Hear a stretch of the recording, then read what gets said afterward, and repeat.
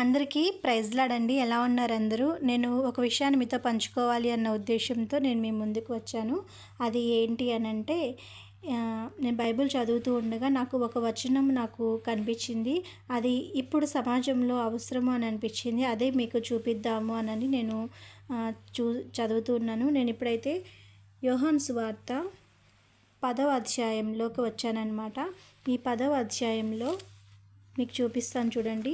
ఈ రోజుల్లో వీరు మతోన్మాదులు ఉన్నారు కదా, వాళ్ళు వేసే ఒక క్వశ్చన్ ఏంటి అనంటే, యేసుక్రీస్తు ప్రభువారు ఎక్కడైనా స్వయంగా నేను దేవుడిని అని చెప్పుకున్నారా అని చెప్పేసి మాట్లాడుతూ ఉన్నారు కదా. ఆ వచనమే ఇక్కడ నేను మీకు చూపిస్తాను. మీరు కూడా ఒకసారి చూడండి. నేను 10వ అధ్యాయంలో 30వ వచనంలో చదువుతున్నాను. నేనును నా తండ్రియును ఏకమై ఉన్నామని వారితో చెప్పెను. ఈ మాట ఎవరు చెప్తున్నారంటే యేసుక్రీస్తు ప్రభువారు చెప్తున్నారు. పరిసయ్యులు సద్దుకయ్యులు వాళ్ళు ఉన్నారు కదా, వారితో చెప్తున్నారనమాట. నేనును నా తండ్రియును ఏకమై ఉన్నాము అని వారితో చెప్పెను అనని. ఇక్కడ నా తండ్రి అననంటే పాత నిబంధన గ్రంథంలో ఉన్నటువంటి యెహోవా దేవుని గురించి యేసుక్రీస్తు ప్రభువారు చెప్తున్నారు. మేమిద్దరము ఏకమై ఉన్నాము అని చెప్పేసి చెప్తున్నారు. అందుకు యూదులు అన్న వాళ్ళు ఏం చేశారు అంటే ఆయనను కొట్టాలి అనని మళ్ళా రాళ్ళు చేత పట్టుకున్నారనమాట.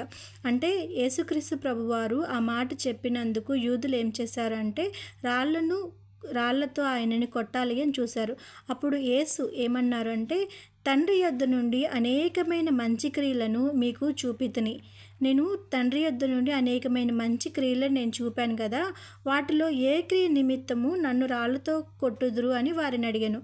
వారిలో ఏమన్నారంటే, నేను అనేకమైన మంచి క్రియలను చేశాను కదా, వాటిలో ఏ క్రియ నిమిత్తము నన్ను రాళ్ళతో కొడుతున్నారు మీరు అని చెప్పేసి యూదుల్ని అడుగుతారు. అందుకు యూదులు ఏం సమాధానం చెప్తారంటే, నీవు మనుష్యుడవై ఉండి, అంటే యేసుక్రీస్తు ప్రభువాన్ని ఏమంటున్నారంటే నువ్వు మనుషుడిగా ఉండి, అంటే ఆయన యేసుక్రీస్తు ప్రభువారు దేవుడు, కానీ వాళ్ళు నమ్మట్లేదన్నమాట. యేసుక్రీస్తు ప్రభువారు కూడా మనుషుడే అనని యూదులు నమ్ముతున్నారు. కాబట్టి నీవు మనుషుడివై ఉండి దేవుడునని చెప్పుకొనుచున్నావు. ఇక్కడ చూడండి, ఇక్కడ క్లియర్గా మీకు అర్థమైంది కదా. యేసుక్రీస్తు ప్రభువారు ఏం చెప్తున్నారు, దేవుడునని చెప్పుకొనుచున్నావు అని యూదులే చెప్తున్నారు. అందుకనే దేవదూషణ చేసినందుకే నువ్వు మనుషుడిగా ఉన్నావు, కానీ దేవుడు అని చెప్పుకుంటున్నావు కాబట్టి దాని నిమిత్తమే నేను నిన్ను రాళ్లతో కొడతాను, కానీ మంచి క్రియ చేసినందుకు కాదు అని ఆయనతో చెప్పిరి.